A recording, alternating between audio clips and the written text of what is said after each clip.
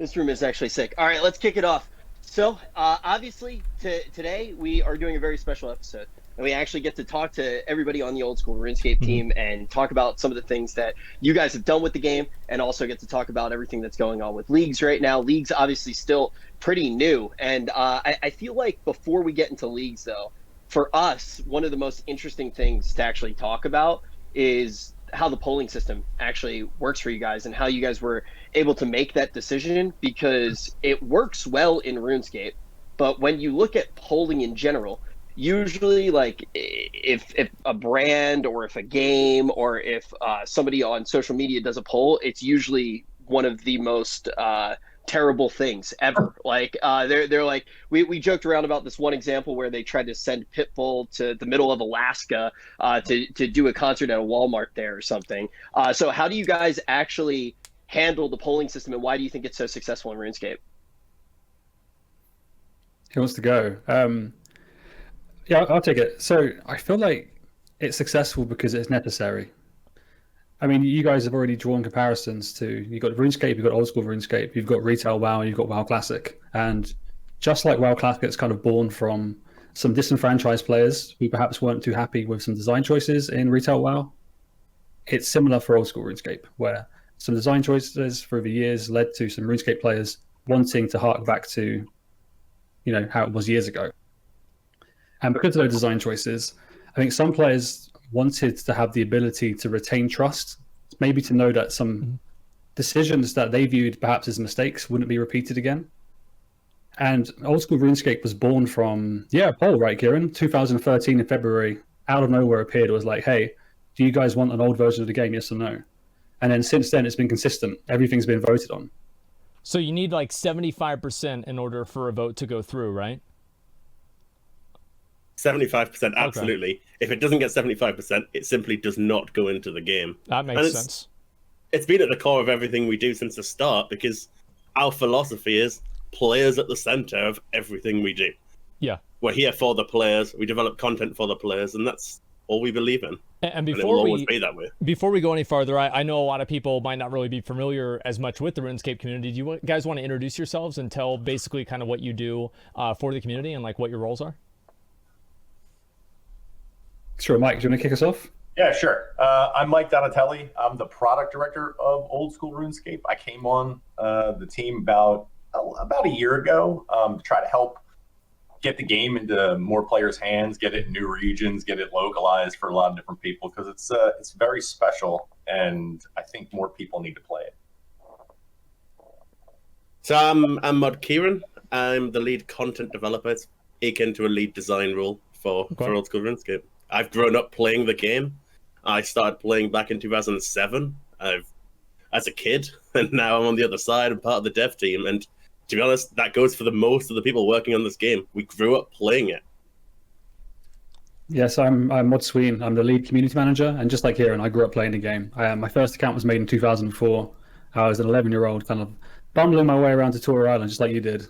But 15 years ago. You probably finished it faster, though. It's hard not to. Very specific question that I want to ask right now about the voting system. Let's say something gets voted on one time and it doesn't hit that 75% threshold. Can it ever be brought back, or is it something? Does it have like a cooldown before the same thing can be voted on again? Like, how does that actually work? So there's no formal cooldown. So actually in the Tutorial Island, when you were going through the poll booth and looking at past histories, I think the first poll you opened was it was called Mostly Reruns. So what it was, any poll that kind of fell between 70%, 74%, those kind of like really close ones. Occasionally, every now and again, we'll dig up those questions and poll the community again. Because it's worth considering that sometimes people vote no based on the current context, or like, it's 2016, maybe there's been too many combat updates. I want more skilling updates, so I'm going to vote no to the skilling update. And then in 2 years' time, maybe that's the type of content they want to see. So we can poll it again. So is that kind of a cooldown for the different things, and then you kind of poll like what people think, and then wait a little while, and if they don't want to see it, maybe ask again, maybe in a few months or 6 months or so? Yeah, so there's no formal period. Basically, whenever people start talking about it again, we'll be like, all right, cool, we'll add to the poll. That makes sense. A lot of the stuff that appears in our poll, players just tell us they want something, and then we're like, okay, cool, we'll add it to the next poll maybe, add it to the backlog, and we'll work our way through that list. So you mentioned before the voting even starts that you're kind of listening to the community and trying to figure out what people want. How do players usually get that feedback in? Because I know like in a lot of the communities that Asmon and I are involved in, sometimes that gets very toxic very quickly. Sometimes it's just a bunch of bald men screaming about how bad a game is or something like that. So how do you guys actually get like good feedback? Well, it's certainly the case that not every player is constructive in how they give us feedback. Yeah. But we're used to that. We're used to that. And you have to wade through it, because why avoid it? These are the very people we're making the game for. I'm not making it for myself. Sure, I might enjoy the game myself too, but it's the players at the end of the day. If I'm going to make something I want, it might not be representative of the players. So we read through it. The entire dev team has a presence on social media. We're all on Twitter. We're all browsing Reddit ourselves. So we take the feedback. We're part of the community. And that goes into the blogs, that goes into the content we create and ideate. We pitch it to the players. We might get it wrong sometimes. It might fail. But over time, we've been doing this 7 years now. We've got a pretty good idea generally. This is probably going to pass. This might fail. So if there's like an angry Reddit thread anywhere, you guys are probably, one of the three of you have probably read it? Yeah. Okay. All three of us, like at least, and Wow. everybody else watching back home as well. They've all read the same stuff too. There's a load of devs that aren't here. Yeah. And they're watching the stream. They were absolutely loving you navigating your way around the tutorial as well, by the way. Is this loving or loving? No, which one is it? What you did was you highlighted some of the stuff we need to fix for the first time user experience, that kind of stuff. You got to. It was learning for us. Yeah, it was learning for me too. I'll say that for sure. We've all been through it ourselves. We really have. Like when we played that back in the day, it was just as painful. A lot of the time when we start playing this game, I think most of us have had stories when we've done it with friends, like friends who already play the game introduced us and taken us through it. Yeah. But it does take a little while to get to grips. The game's so depth; it's got so much depth. There's a lot of complexities to work out. I saw that. Like there are so many quests, and so each one of those quests in a different quest log, that's like a whole quest line. That's not just like one little thing, right? It's a completely handcrafted story. Yeah. They vary in complexity. Some of them might be as simple as Cook's Assistant, where you're just making a cake for the guy. Yeah. But they turn into really deep stories that might be like 10 parts long. And some of these quests could take 3 to 4 hours just to complete one. So wow. Yeah. In Asmon's defense too, instead of having that one person who was hanging over his shoulder trying to teach him, he had like 60,000 people yelling at him the whole time. I feel like that definitely makes it like a little bit more overwhelming at times. But I do want to ask, because you mentioned that sometimes something gets added to the game and it doesn't necessarily go the way that the community expected. The community maybe doesn't like it. Does it then get voted on again to be removed, or how would something like that actually happen if something gets added and it just doesn't pan out the way that the community thought it would, or how you guys thought it would? So we've never polled the removal of content. Now, I like at the just the idea of it, I'm not opposed to it, but it's a really dangerous precedent to set, because if we start polling the removal of one thing, then how many other maybe quest lines and that kind of stuff do we have to start removing? Then do we start spending more time removing content from the game than we add to the game? But what we do, rather than poll it, we do try to listen and we make changes. Lots of people in the chat are spamming rev caves. For a bit of context, in 2017 sometime, we added this new dungeon to the wilderness with creatures called revenants in, and their drops were quite valuable. So you'd kill them, and then you'd probably make a lot of gold per hour there. Now, because of the way the wilderness works, and so I'm trying to give like a good bit of context to why they're spamming it currently.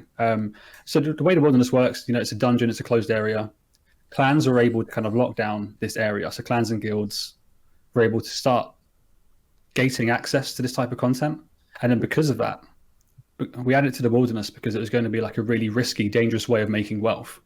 But because the danger is suddenly gone, because clans and guilds are protecting it, we felt we had to make changes because the players were telling us that kind of thing.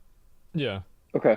And we validate that by using we've got an in-house like analytics and data science team. We can look at the type of players engaged with the content, how many different unique players. Is it the same players doing the same thing over and over again? How much gold is coming into the game? So sometimes, you might get like a really angry Reddit thread.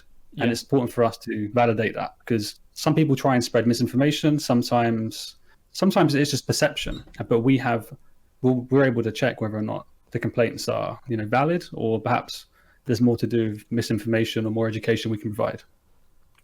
So I think one of the other things that's really interesting about obviously it's been years now, so it feels weird to call it a project, but like anytime that you're kind of managing a title like this that has so much history, we saw the same thing with Classic WoW. How do you actually make sure that people aren't too caught up on only the past, right? How do you make sure that people aren't only looking at, look at RuneScape as a game, like the amount of crazy stories and almost urban legends, because back then, I know for me, my brain wasn't fully working when I first started playing, right? I remember I used to play with my cousin all the time, and it was just another urban legend on the playground every single day, talking about things that exist in the game, crazy things that have happened, like the fact that you could like basically break the game, and all of these things. You never knew if they were true or what it actually was.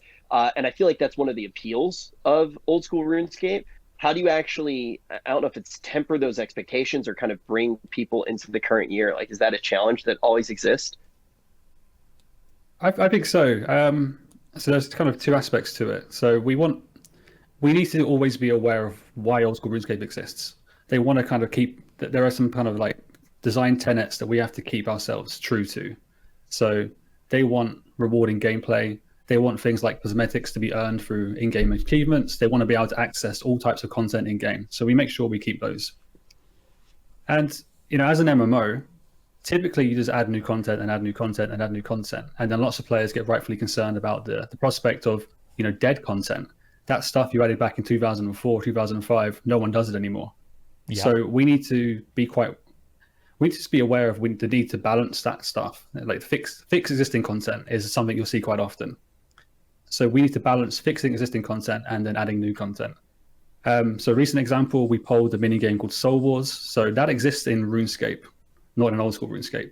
It's a popular mini game, so we polled the community to it.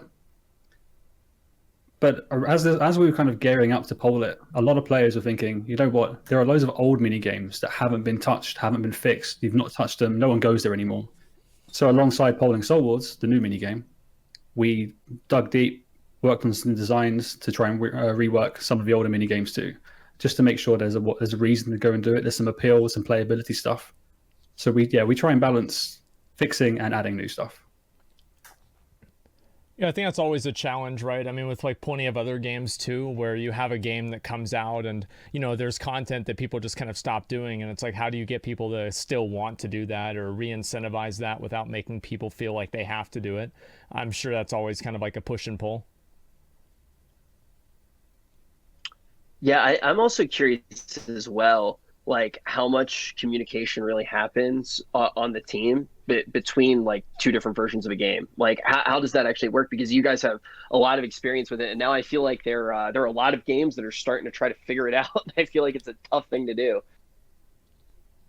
I mean, we have a lot of conversations in-house, right? Like we work on different products, but the products at the end of the day are very similar. Both games send the same sort of world. They've went down their own separate paths, but there's a lot we can learn from each other, and that's generally how it goes. We'll share learnings. I think recently we worked on a new piece of content called Mahogany Homes, where you go around and fix houses up for NPCs for construction XP. And RuneScape 3 are working on a very similar update. So, we had conversations about that. That makes a lot of sense. I mean, like, I think it's always good because, like, obviously RuneScape 3 is being developed simultaneously with OSRS. So at a certain point, you can kind of see where the games would probably borrow from each other back and forth. I mean, that's something that's happened with WoW too, with like Classic, and like how that's kind of informed the development of the game going forward as well. So it's good to see how that happens. And has there ever been something that got pulled and then you had to take it out of the game afterwards because people didn't like it? Ooh, good question. Yeah. Anything spring to mind, Kieran? That's what I'm trying to think. Yeah. I mean, we've definitely made changes to it. I mean, we make changes to it all the time. Rev Caves is a good example. I mean, you've already talked about it a little bit. We haven't fully removed it, but we have made like heavy changes to how it's been done. All right, that makes sense. Well, I think something to call out is the fact that when we release something, there's a period of time in the schedule built in, a good period of time, for us to make adjustments to the thing we launched based on player feedback. So they'll get into it. They'll be like, oh, hey, it'd be better if it worked like this. And then we take their advice and we make changes. And in So there was fact, an there's item, one actually, time... Kieran, the Siren's Tome was a reward from one of the most recent bosses we added to the game. So we polled it back in December, January of this year. And it passed in the poll, but the feedback was so negative around the way it was going to be introduced to the game. They felt we could add it in a better way. So ultimately, we kind of went back on our word on what we said. You know, do you want it? Yes. Okay, it got added to the game. But because of the feedback we got, we decided to pull it, and we're going to add that content perhaps we'll add that content in a different form from a different manner of content in the future. So how did leagues actually come to be? Like, what made that push for you guys? Well, it's something we've been thinking about a lot. I mean, obviously, we've just launched Trailblazer, which is the second league for context. We did our first league towards the end of 2019 called Twisted League. But originally, it was we want to do something different. I mean, there's a lot of people who've been playing old school or RuneScape since the mid-2000s. You've experienced a lot of content. You've played it and played it. But also, because of the pull system, we have a limited ability to surprise and really experiment. The game's got to stay true to that old school, authentic MMO experience. So Leagues is a way to spin it and do something completely different. It allows players who have played it all through the history to experience something different and fresh. Also, it's accelerated, so it's a fun way for new people to get into it, because you know, the game is fairly grindy. We can't get away from that. Some of these skills take tens of hours to train to up to even a decent level. In Leagues, that's a lot quicker, as you've already seen. It's like 5 times XP, so you're just racing through the first few levels. Yeah, it's like I accidentally got to level 18 or something. I didn't expect that to happen at all. Because like people are telling me like getting to 99 is super hard, and I was like kind of doing the math, like comparing it to other games. I'm like, wow, I'm going really, really fast right now. So basically the different leagues are kind of like an accelerated, like fast form of being able to experience the game. And is all of the content in the main game actually in the leagues as well? So each league has a spin, right? It's a different take each time. Trailblazer, you're restricted to certain regions, and as you complete more tasks, you unlock more regions. And you have to choose which regions you unlock. So if the content's outside of the regions you've got, obviously you can't get to it. Last time, we locked you to one continent only, and so it completely changed up the gameplay. And next time, we'll probably do something completely different again. But the core system, that you've got a task set, and I noticed you mentioned like how big the task set is. We don't expect anybody to complete the task set. The idea is you're just rewarded with points for doing the sort of things you want to do. So you can pick to do a lot of combat tasks if you want. You can pick to do a lot of quests if you want. And it's intended to just be a really fun and engaging way to play the game. Now, it does connect to the main game. So the points you're earning, not only do they give you the relics inside leagues, those points will actually be a currency you can spend on the main game for some like cosmetics and things like that. So it does feed back into the actual core old school experience. Oh, I didn't even realize that. Yeah, I actually, the last league, the first league, I actually played for a little while, and that was like the first time I had played old school RuneScape in quite some time. I didn't realize that actually did impact your other, like your main account. How was that received, actually having those cosmetic rewards be able to be earned in the league? Well, we don't do MTX. It's not what we do. So this is a way to earn it, but you know, this is probably one of the fewer ways to earn it. And they were polled too. So we went to the players and said, hey, this could happen. This could give you some more motivation for playing the seasonal game mode. Your progress will be wiped. Do you want to retain some kind of a sense of achievement from playing the game, and you want to see it continued into the main game? And players voted yes, both times as well. So Twisted League, first time around, we added rewards. One of the rewards failed. We didn't add that one. This time around, we polled the rewards, and they'll be added to the game in January when this current season ends, or current league ends, rather. So they're kind of like things that you get if you complete the whole league. They're like little bonus events. I know they've had that in like other, I mean, they have that in almost every game that's seasonal. And so this is the second one you guys are doing. And I guess it seems like a lot of people probably would enjoy that because it would give them a faster way to kind of like get into the end game and actually play like more of the game that they might not really have time to in the base game. No. 100%. absolutely. Because as I say, these things take a long time to do in the main game. People play it for years, right? Just like any MMO, it's the sort of game you stick to. It becomes your core game for a long time. I mean, we've been playing since the mid 2000s, and I mean, as I say, skills take a long time. I mean, rune crafting is pretty infamous. I'm sure the chat will blow up about RC in a second, but rune crafting to get to 99, that stuff takes like 400 hours. So, so it's tough. I had like this one lady, this sandwich lady that came up to me and she offered me to buy, so she had a little tray of sandwiches and she told me to pick the sandwich and I'm like, well, fuck this, I want to get the pie. And so I go to click the pie and apparently I failed the minigame. And my understanding is that this was something that you guys had created in order to combat botting, is that right?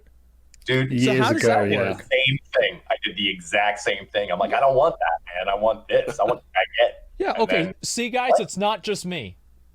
no, okay, no. Good. Baguette wasn't how Asmon described it, though. Yeah. No. That's not what he said. I don't have that wherewithal. But yeah, they were originally there to combat bots, right? Because you're just playing the game. These things spawn next to you and would get you to do some sort of challenge. Yeah. But originally, if you got it wrong, they would kick you somewhere else in the world, or maybe even kill you and attack you. So, but they've sort of become a beloved part of the game. Like, as much as we don't use them to combat bots anymore, because bots beat random events, there's nothing we can do about that. Well, we have better ways to detect them now. Absolutely, absolutely. So. Yeah, I know botting is always going to be an issue, especially in a game that you can play for free in any capacity. Oh my god. Like, the more money you have to pay, the less chance you're going to get bots. And so if there's a free game, oh, dude. Like, I played a few of them, and it's just been absolutely bot city. But really, I feel like RuneScape probably isn't as bad, especially that you guys have so many countermeasures at this point, because you've probably been doing this and combating bots. I mean, I remember I played RuneScape for the first time whenever I was in, like, 3rd grade. And so at this point, you've probably got it pretty much planned out, right? I think there's more we can do to improve. Just like any other MMO there will be bots. As long as people want to be able to progress in an MMO, then there will people be trying to beat those mechanics by using botting software. But in terms of like botting volumes, I think we ban something like 20,000 bots a day. 7 million bots a year, that kind of stuff. Oh my god. So Holy huge numbers. shit. Okay, can I ask about bot busting? What is bot busting? Is that where you guys literally go live and ban bots? We have done that. So I've done that twice now. Okay. Kieran, you haven't. Mike, you haven't. Maybe we can get that back up in the future. We can do like a group of us doing it. Yeah, we should definitely do it again. Sweden dressed up as a bot on stage to do it. I did do that, yeah. Well, I think that makes a lot of sense. It's like one of those things where it's like kind of, it's very vindicating for, I'm sure, a lot of the player base that hates bots to just see the devs go up live on stage and just ban them right there in real time. So it is just for entertainment. It's not an efficient way of doing things in the slightest. Like our cheating team have identified them long in advance, and we just kind of keep them alive for long enough for us to go to do it on the stream. Yeah. What I'm thinking about in future, actually, if we do some kind of big charity stream, maybe like Game Blast, special effect, if we earn enough money, then I will shave my head and go full bald bot and do another bot busting stream. so maybe in the future we'll do that. All right, dude. I don't know how much. I need to look at how much we rose last time and then double it, triple it. Dude, I'll throw in $100 to see you shave those little spots. Yeah. That is like, I feel like it is really cool though to just see how you guys do interact with the community, right? I think that's something that's like really special about old school RuneScape, and from polling to how you guys actually take the feedback, and to the fact that you guys will actually like get on streams and things like that. That's not something that we see every single day. There's an old saying that we have in World of Warcraft that's you think you do, but you don't. Do you guys feel like there ever are times when you're going through feedback where you need to have that mentality, or do you think that that's not necessarily a mantra that ever is applicable? That's a great question. I don't know. So, a personal opinion, I see old school RuneScape as one long trust win-back campaign. You know, all of these people used to play RuneScape in some form way back in the day, and then they stopped, and now they're back because they trust us to do the right thing. So I don't think I'd ever read some feedback or read a suggestion and think that's useless, I'm not going to go there. I'll at least try and consider it or try to understand why they're suggesting what they're suggesting. So it's trying to figure out what the players need rather than what exactly they want, I guess. Well, I like I said, I worked on a lot of old MMOs, right? So that's kind of why I came to RuneScape. And I'll be honest with you, it's special. Like the dev team, a lot of people say, oh, we're listening to the players. And, it's not necessarily accurate, right? The polling, like you said, right? The community, the outreach, all the stuff that everybody does, that translates straight to the team. This team gets together and they discuss, hey, we're reading this, we're seeing this. Like, it's an actual discussion. And, sometimes it gets heated. Like, the dev team are the players too. So, I don't know. It's like, it is a very special relationship. Yeah, I think that was always something that even when because I had moved away from the game, right? Like completely. I played when I was young and then didn't play for a long time. And then all of a sudden I had this one friend who I bring up all the time who was texting me like crazy when I told him I was actually going to be playing because he's played throughout all of the years, and especially when old school RuneScape like came back, and he would just be watching streams and it would just be a direct line to people who are actually working on the game. Was that a hard decision to make? Because I feel like for a lot of different studios, at some point, maybe the business end is going to stop something like that because they see it being a risk. Developers get scared to put themselves out there personally. Like, was that a hard leap to make? Let me start, right? So when they approached me about this job, right, I was talking to Nick Bailoff, he's like the head of the studio, right? And I was like, oh, RuneScape, I remember playing that. Like, again, you remember playing it when you were younger. And I was like, oh, are you looking to do like MTX? Like, and he's playing. He's like, absolutely not, never. He's like, we want you to get involved because you worked on all these old MMOs, and we need to, like, Kieran, I think you said it, right? We're curators, right? Like, this can't change. We can't, like, you don't want this to change. There is no MTX. It's only subs. It's, we listen to the players because it's all about them, right? When it stops being about them, what are we doing? It's exactly what the game was founded for. It's so funny because I feel like Asmon, I'm not 100% sure if you sit in the same camp with me on this because we've never really talked about, but I played a lot of MMOs. Like I pretty much every MMO I touched for a certain period of time. Like and I look back to certain games like City of Heroes, which was one of the other ones I was playing a lot. Yeah, I was playing nonstop when I was playing old school RuneScape as well. Like there was an overlap period where I remember playing both of them.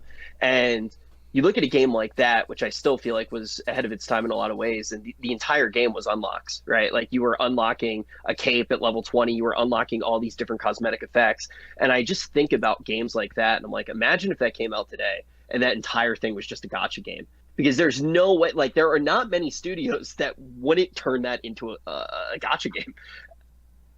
Is there a lot of pressure ever, like on the business side, like for like a studio to turn into something like that? Because you guys are kind of talking about like this entire image of knowing from the very get-go that wasn't going to happen, which I feel like is super rare. Well, firstly, no, because the poll system would block that anyway, right? Yeah. If we even tried to do something like that, players would vote it down. I mean, and they might surprise us, but I don't think they would vote for that. So for me, it doesn't matter. But there is no push or pressure to do that because there's an understanding of what the product is. It's got to stay true to what old school MMOs are. The progression system is the spine of the entire game. Anything that undermines that isn't a good move because people value their achievements. You get level 50 in a skill, that might have taken you hours. What? It's got to be important. And that spirals into everything. You might set some goal, be it to get to the Theater of Blood raid dungeon. To get there, you're going to need all these combat stats. You're going to need to go and get all this equipment across the game. You're going to need to complete a whole ton of quests.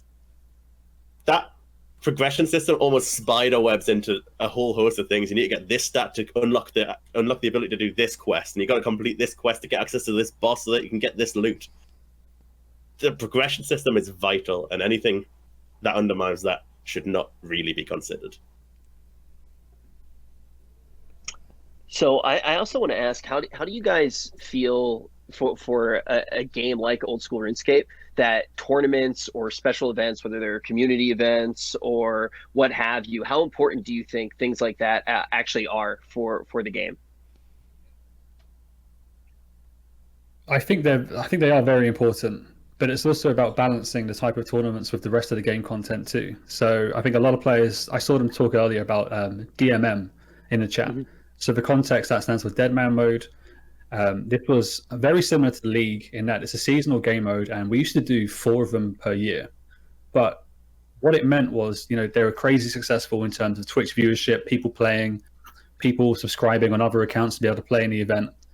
But because we were running them so damn often, like 4 times a year, we couldn't spend enough dev resource to make them really good and varied. If we look at our League, we spend a lot of time working on it to make it special, to implement new task systems, new relics, that kind of stuff. And we couldn't do that with Deadman. So even though I do think Deadman is very important, it's just about balancing it with the right dev resource to support it. So we haven't done a Deadman since the beginning of this year. Before that, it was like a whole other year between it. It's about getting the right cadence, because whilst our players will definitely want these type of events and these types of tournaments to play in, we need to give them a product that we're quite proud of and that we want to play ourselves. If we look at leagues, we've already got our own internal staff high scores, and our team are probably playing it right now, grinding it right now. So when it comes to tomorrow's weekly high score email, we can start bragging to each other like, oh, I'm rank 2, I'm rank 3, and so on. That is awesome. Yeah, Deadman was something that I thought was super interesting when it first came around. I remember the first time I heard about Deadman was actually like Revan was telling me about it, and he's like, dude, you gotta check this out. This is the craziest thing ever. And that was one of the things where I was like, oh my God, like this is something that's gonna bring me back. But I've seen when I was casting, I saw so many games, I feel like kind of destroy their product because they were so focused on making tournaments, balancing the tournaments, trying to get as many views as possible. And instead of making the game for the players, they were making it for the people who were participating in tournaments. And I've always been curious to hear from a dev team, and not many dev teams will actually talk about it, like how hard it is to draw that line and make sure you're making the game for the players, and the tournaments are like a cherry on top, essentially. Oh, that's certainly how I see it, a cherry on top. Not every player is a PvP player. There's a whole host of different player types who play old school RuneScape, and we've got to try and do our best to cater to them all, and we don't always get it right. It's very hard to get something for everybody. You've got players who play solely for the narrative and the quest lines. You've got people who just want to do bossing, and people who solely care about PvP. Getting that mixture right is tough. And when you're looking at esports or competitive events, that's even more niche, because you're then looking at the best of the best PvPers. So it's something that's great to do because it's a viewing experience for a lot of people, as well as the players. But I definitely see it as just a bonus. And it should be born out of something that we're doing that's already a success by itself, not just because it's got viewers. You got to do the basics right. So fundamentally, we're an MMO with, like Kieran said, lots of varied people playing our game, lots of quests in the game, lots of narrative. If we can't do the right thing and give players content that they enjoy, that sticks around permanently in the game, and we're focusing on tournaments, then we're making mistakes. We might get viewing numbers, but we're not going to get the right number of people playing the game and playing our content. We don't want to cut corners somewhere because it might hurt the development elsewhere. So one thing we've been doing recently is we've hired a hell of a lot of people to come and work on Old School. Maybe Mike can talk to that in a minute. But once they're all in and they're all trained, we can do the basics properly, i.e. build the actual MMO that Old School RuneScape is. And then maybe we can start looking at the cherry on top stuff. Yeah, I mean, it's pretty much, we came in, I think we're doubling the size of the team, or we will have doubled the size of the team over the next year. And that's, it's all pretty about the business side of it. You hire a lot, double the size of the team, they can make more content. An MMO is only as good as the sum of its parts, right? So there's all these different pieces, all these different player types, personas, and you do something for everybody, right? A little something here, a little something there, you rotate it in, but you need the team. So we're hiring a bigger team so we can take the game to more places, so we can produce more content. We get more players to become our members. They subscribe, and then we don't do MTX. Like, that's the whole thing, right? Like, there's plenty of money to be had for people becoming a member and just enjoying the game. We don't have to go down that road. So I know that Asmon and myself have both sometimes like said this with other games that we play, and it's kind of like the idea of, as the player, anytime that something isn't done, it's very easy to be like, just do it, forehead. How tough is it to actually balance the resources? Because we've never really been able to have a conversation like this where we can ask that. Yeah, we have a lot of opinions on how they should do things and what they should do Yeah. and how easy it is to just fix the lag or whatever. But the truth is, I mean, we both know, like, it's probably not really quite that simple. Yeah, just hire someone. What are you guys doing? Just do it. I mean, we definitely deal with that. I mean, we get told as a design team, fix the servers, and it's like, look, why are you doing content? Fix the servers. But the guys who are fixing the servers are a different team. We're working on content because it's better to get content with laggy servers than it is to just have laggy servers that are fixed down the line anyway. So, you know, we're doing both because they're different teams, they're different skill sets.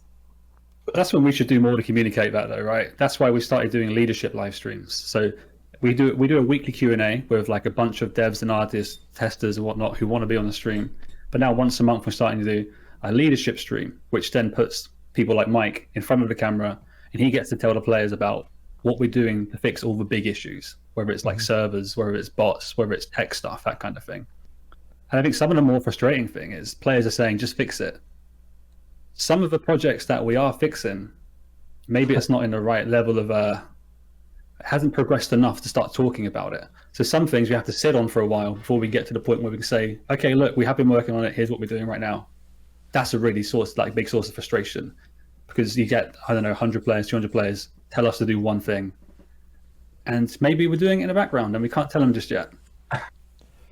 So they are fixing it, but they just can't know that yet? Is that what you're saying? Well, sometimes we can't, like, again, there's some things that were going on in your chat that I was like, yeah, we are working on that. But Yeah. if we tell you, then some kind of people can get out ahead of that. You know what I mean? Like, so it's almost like you got to keep it close to the vest so that you can execute quickly and make a big splash. Not about content, because, you know, we like Sween was saying, we go on the live stream, we'll talk about the roadmap. We don't care about that, right? It's like, it's all player created anyway, so it's not like it's a big surprise to them. But some of the stuff, some of the little more, like the bot busting and things of that nature, we got to keep it a little closer to the vest so that we don't, you know, we're not competing with these guys. Yeah, you don't want to give them more tools and like let them know what they need to be doing down the line. That makes a lot of sense for sure. When it does come to different things like Twitch and like creating content around the game, how hard is it to actually balance that as well? Because I feel like some game studios are kind of like, okay, it doesn't matter at all. Others seem to be like, okay, yeah, this is really important. It's the tool to either talk to the community or like the content creators themselves are part of the process. How do you guys actually, how do you view it, and how do you allocate resources towards content being created around the game? I mean, what I'd say is, I mean, for example, with leagues, is like, we're creating it for the players. It's just a bonus that it's also enjoyable to stream and showcase to other people. I mean, we had a ton of people streaming it yesterday and today. It's been wonderful. But generally, content is created primarily to be great content for the game, additive to the game. Great for anybody, you know, whether you're a viewer of Twitch, whether you're a streamer, or just a player. And it's a bonus. It's a cherry on top again for me. I was about to say, dude, it's just like you said, right? Focus on the game. It's always the game first, right? Because you're right.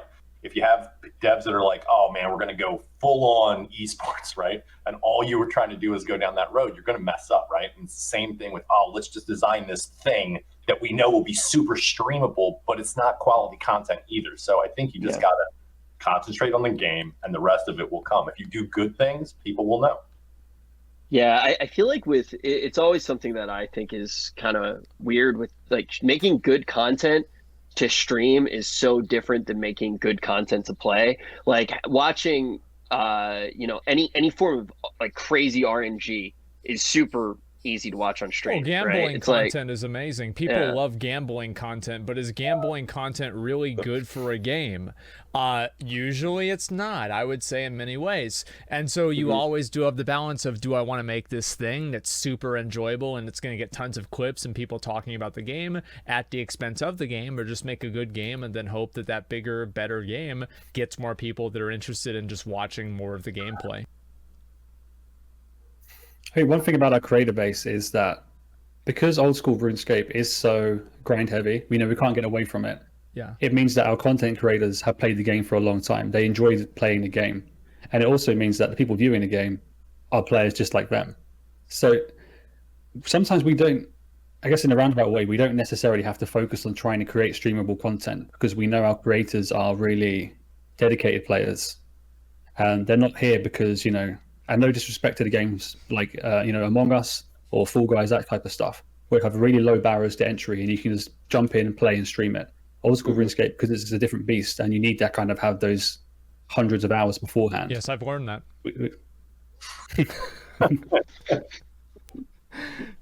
Yeah. That is always so like I said, like I play, I'm kind of like Asmon and I are kind of different, where I'll play a bunch of different games like nonstop, get super into one, feel like I beat it, move on to the next thing, where Asmon kind of just sits there and jams the same game for 40 years or however old he is now.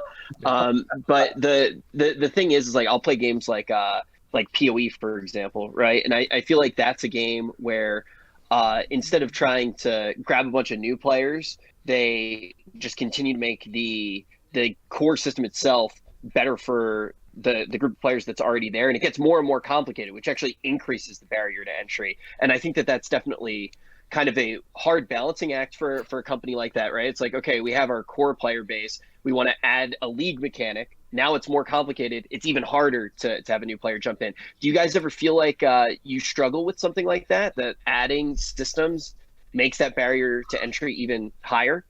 Man, it's literally like you've been sitting in the room with us over the last X number of months.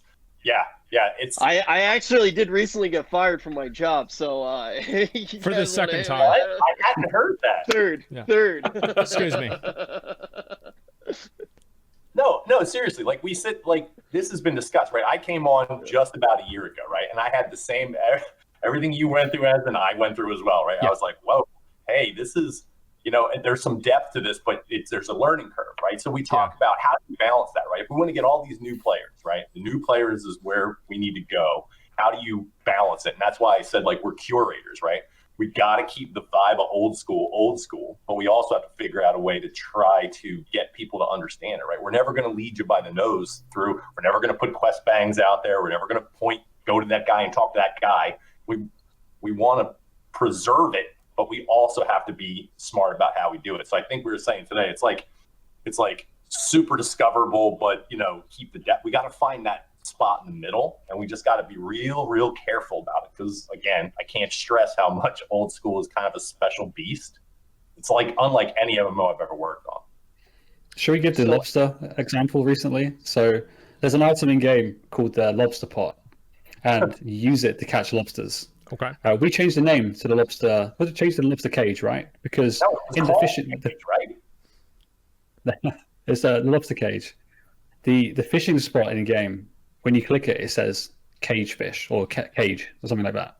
So we thought maybe it would be a good change for new players if we were to change the name of the item to the lobster cage from lobster pot, which it has been since 2001, 2002, 2003, something like that. We backtracked within a day because players were like, this is such a ridiculous change to make.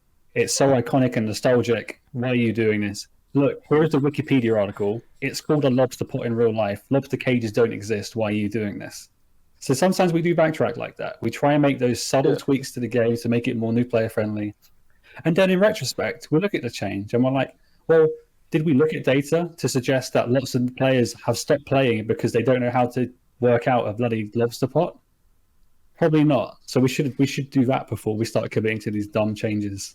So basically, it's hard to fight against nostalgia. Is that what you're saying? And especially whenever the nostalgia kind of makes sense, whenever there are lobster pots. There's definitely nostalgia involved. Yeah, here, man. you're busting my chops because I had a problem with it when I first came on, right? It's a lobster pot, but it's a cage spot, right? Okay, fine. Blame me. I mean, I do- nostalgia to hit home on that. Like for the biggest example, the whole tutorial is incredibly nostalgic. That music that plays when you go first start the tutorial. Firstly, it's too loud. That's obvious, and it's like old school has volume settings that are like too quiet, extremely loud, and ear piercing are the only three options. And it's like little things like that we should absolutely address. Things like you couldn't mute it as soon as you start the game. You got to wait until you get the settings option, which takes you through the first 3 steps of the tutorial. Oh man. Getting your name set. Things like that, which are just, the interface just isn't great. And there's little bits like that could just be optimized, even without changing much of that early game experience. I don't know. I feel like it's so funny because now I'm going to be like the nostalgic Andy here. But the second that I logged on and I heard the music, I was like freaking out last night. Like I started texting Zach and I was just like, "Oh my god!" He told me he was crying. I did cry. I actually did. No, but it was one of those things where, yeah, like I didn't even sleep that much because I was watching old YouTube videos. I started like, dude, honestly, we're gonna drop a complete track, an OTK track over a bunch of the old school RuneScape beats. Asmon and I have been working on our mixtape for quite some time now, and we're finally ready for it. But yeah, it's one of those things where that the nostalgia factor instantly hits you, and I'm kind of curious how you guys look at modern games and how you're actually influenced by them while still keeping that old feel, right? Because obviously games, as they move forward, systems get cleaned up. We learn more about game design, and also like the average player right now, the lexicon of information that they bring to a game is much different. Like everybody knows to try to, in a lot of games, to try to move faster or to try to like figure out how you move in the game, right? Like they instantly just have that knowledge because they've played so many games. So how do you look at modern games, if at all, when making new stuff? Well, I'll give the perfect example. Leagues is completely inspired by other games that we see today. I mean, Path of Exile is one that certainly led to some inspiration into what Leagues is an old school. Slay the Spire, if you've ever played that game. I mean, you've got to make tough choices over what buffs and items you want to have in that game. That's exactly where the sort of idea for relics comes from. And so old school, I think, lacked choice. And it was a great way to bring that into Leagues. So honestly, we're always playing other games. We're always getting ideas from there. And an MMO being so wonderful, you can have so many like mini games inside the game that are almost different genres in of themselves. So there's lots we can do. I mean, even Among Us, right? It's just a game, a silly little game where you call it like almost gaslight your friends. But yeah, pretty much. You could create a game like that in old school RuneScape if you wanted as a mini game. Oh, it's is like that you an could do that sort of stuff. No, it's not. But, Okay. but as an example, it's something you could do, and that's what's so great. Dude, I think it's funny too because I play MMOs, right? It's kind of what I do, and I've played plenty of new MMOs, and I like new MMOs. It's absolutely cool. But playing old school, right? Going back into it, there's a sense of like real accomplishment, right? Like when I figured out how to actually use the lobster pot and start catching lobsters and feed myself and being able to heal better. Like once you feel that, like it's solid, man. It feels good, right? Like, and then after a while, you're like, oh man, I want more of that. Like, and it I don't know. That I think it's worth. I think you should make changes. I think you should, like, League is the perfect example of that. But I do like the fact that old school is the way it is. That's kind of where my question lies, because I feel, does the palette of a gamer change over time, right? Because now all of a sudden a lot of games are junk food. And no, Asmon, no offense here, but like Asmon stopped drinking water the day he drank soda, right? And like that's it. It's just like he's chugging soda all day long, and like water is great, but once you see, that's the logic, right? And I feel like when you look at a lot of the games that exist now, especially like when Battle Royales became really big, what was one of the things that felt really unique about the Battle Royales? How quick you got into a new game, right? It was just about that ease of access. You're constantly moving. You're constantly getting dopamine thrown at you. Even with some of the gacha games, it's like, one pixel is one dopamine. Just insert the quarter into the machine. I fall victim to that all of the time. It's actually a huge problem with me. I keep spinning the wheel. When more and more stuff like that gets entered into the wild and players experience it, does their palette change? Because I know when I played old school RuneScape, when I played RuneScape for the first time, right? When I actually sat down as a kid and I played it, and there was a person next to me, I went, what the heck? Holy crap, I'm in a world. Like, and there were those moments where that was still so unique, and being in a shared space was not something that you had. And that's obviously not something that a kid's going to have anymore, or somebody who plays the game for the first time is going to have anymore. I think there's always going to be an appetite for RuneScape, though. So, and I don't want to do our game a disservice, because a lot of like the end game content for old school is really click intensive. There's a high skill ceiling, but a lot of the other stuff, old school is a perfect second screen game. A new game might come out, and maybe you're jumping into a battle royale, maybe you die early. All right, cool. Let me look at my other screen. I'm fishing. I'm woodcutting. I'm doing that kind of AFK stuff. I'm second screening old school. So you got that great balance. If you want to be click intensive and you want to go bossing or raiding or doing PvP, you can put 100% focus on old school. If you want to try a new game, you can second screen and you can raise the rest of your skills. So do you, do you guys actually think about that? Yeah, I was about to ask that. Sorry? Yeah, do you guys actually design content just in the mindset like, okay, this is going to be some good second screen content, why don't we give this to them, give them something else to do? Absolutely. Oh, and I think it's darn unique to this game. Yeah. I've barely seen it anywhere else. What I love about this is if you're an old school player, and I'd say at least my experience of it, when I come home from school or come home from work, you're not thinking, what game am I going to play? You're thinking, what sort of content on old school do I fancy tonight? Because there's a huge variety. Yeah. If you don't fancy doing anything intensive, I'll just do some woodcutting, and I'll maybe even play another game on my other screen, or sit and watch Netflix. It's the game that you can play whilst you're at work. And now we're all working from home. Yeah. Everybody's doing it. I'm sure, press 1 in the chat if you're second screening right now, right? This is the sort of thing people do. People just refer to it as AFK content. And so a lot of the skilling features are that. So very specifically, because Kieran's doing it right now. I see him actually playing RuneScape. Well, what I really like about that answer is like that's an insight that I've talked about a little bit with like other games, and it's like you have the content in the game where the whole focus around it is actually just the game itself is more of a vehicle, and you can do all of these different little things inside of the game, and it's kind of like the game is like a vehicle to play other games. Like there are a bunch of other games inside of the game. Like for me, the reason why I never burn out on WoW is because whenever I'm playing WoW, I could go fishing. I could go, doing dungeons or raids or farming pets or farming mats or doing anything else in the game. And the fact that you guys are actually designing the game with that mindset in mind, that is really, really cool. One thing we're quite careful of, though, is making sure that these AFK-able methods that we refer to them as, they're not the best things to do.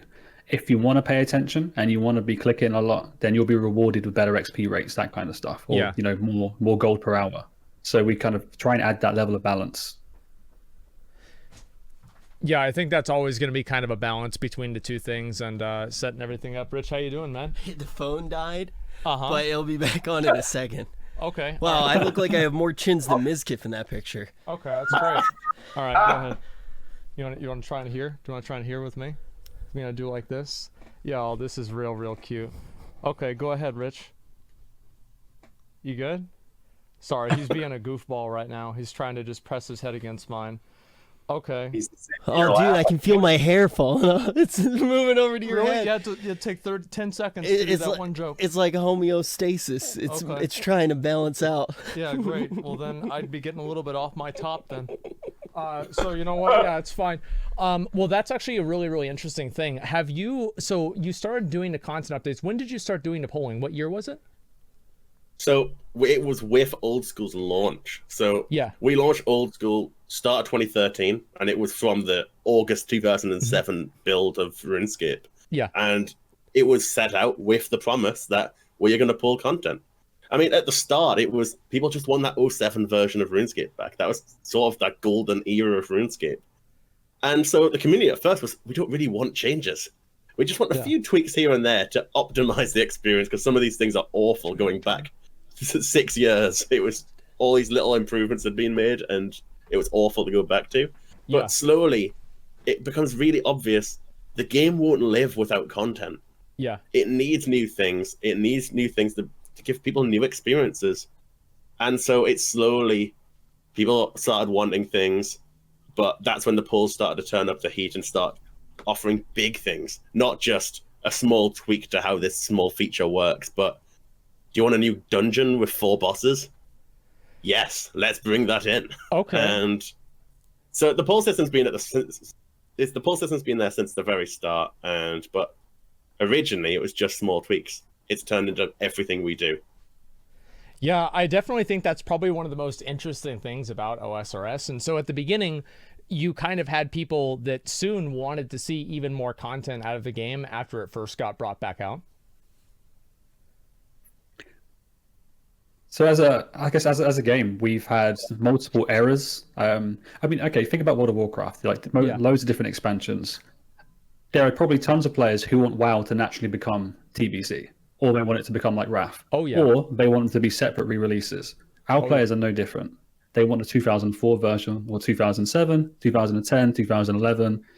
Different content came at different times to kind of change the meta, and everybody's got their own like perfect bit of nostalgia. That's the game I want to play again. So sometimes we do borrow from content from like RuneScape past. So one of the most recent bosses we added, called the Nightmare, some of her mechanics were borrowed from a really popular boss from RuneScape called Nex. So it's not quite bringing back the same boss, it's like similar mechanics being inspired by. Well, most recently, we pulled a mini game called Soul Wars that I mentioned earlier. That was released 2009, was it, Kieran? Initially. I think it might, around then, yeah. Yeah. So we pulled that, and we're going to offer that kind of content. And people are spamming, they're really excited to hear about Nex. Maybe we offer that again at some point in the future.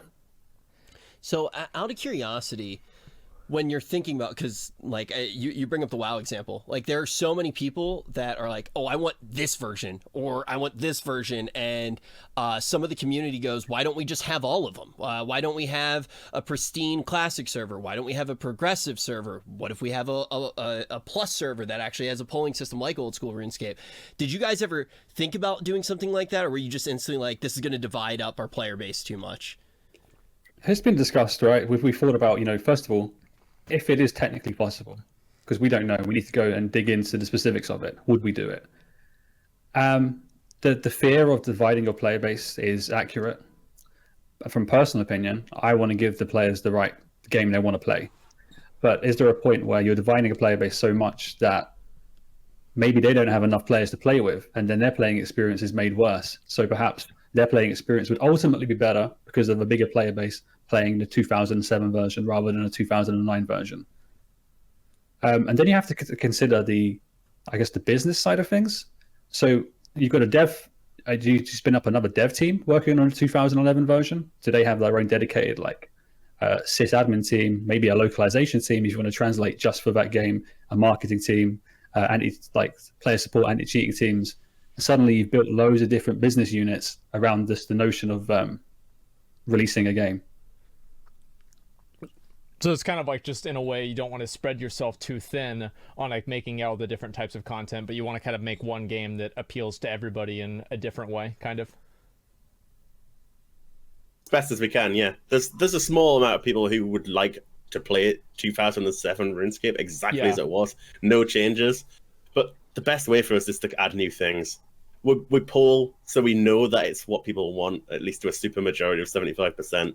And ultimately, what I still find ridiculous is everyone thinks of 07 as the golden era of RuneScape, but it's bigger today than it ever has been. Really? So the player base has gone up ever since 2007? Seriously?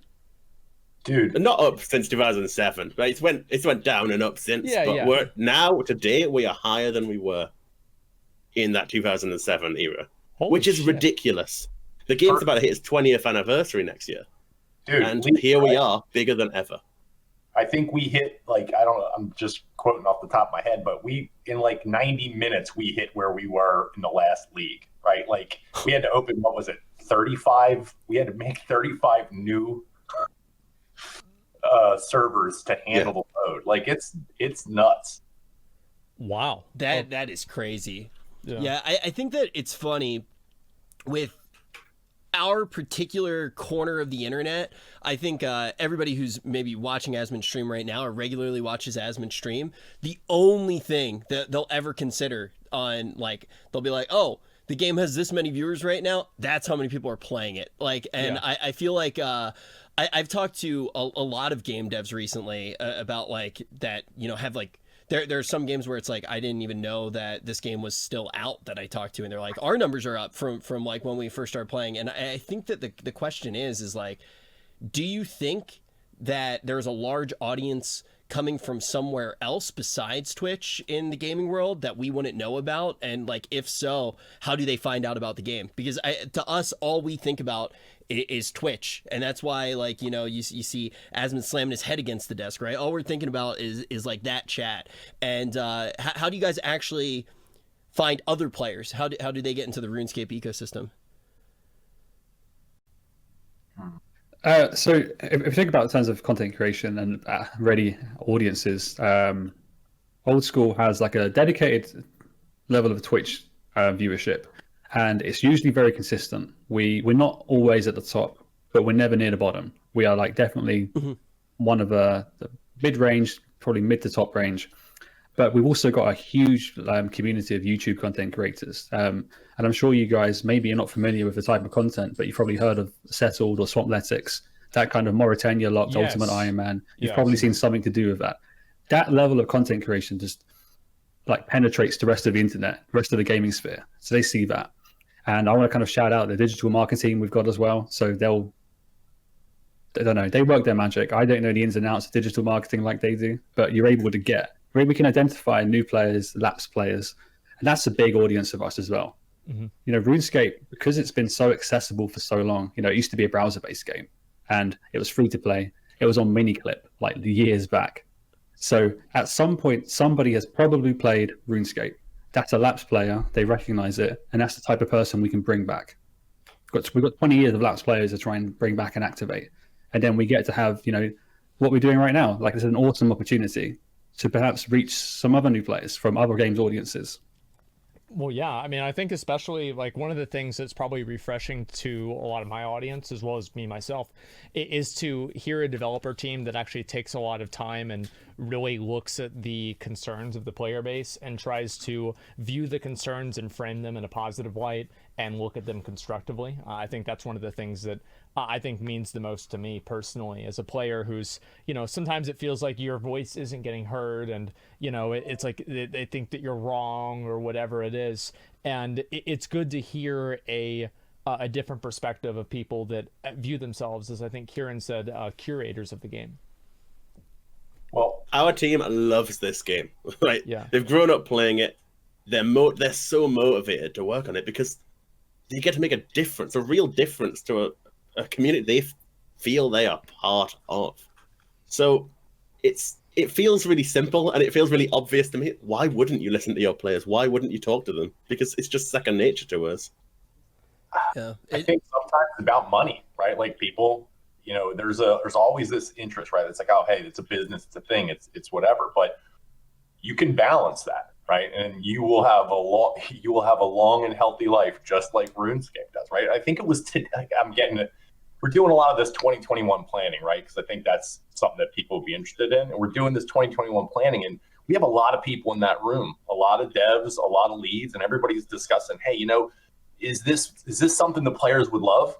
And, you know, on the flip side, is it something that's going to be really hard to do? And then we're having this discussion at a level that, again, working at all these other game companies I've worked at, you never see this kind of interaction, even on the dev team. And everybody's involved, right? We want everybody's feedback because you gotta want it, right?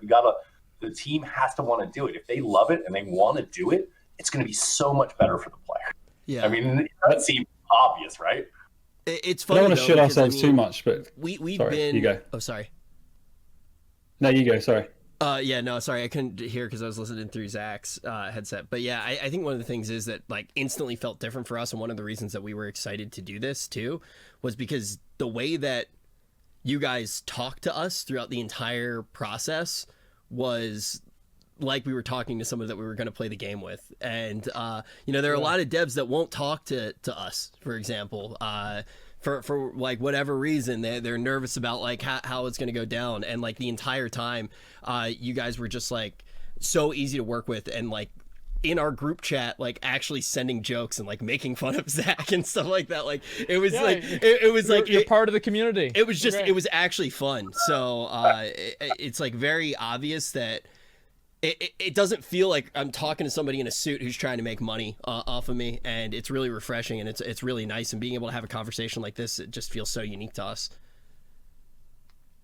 So we were chatting on the beforehand, jokes. right?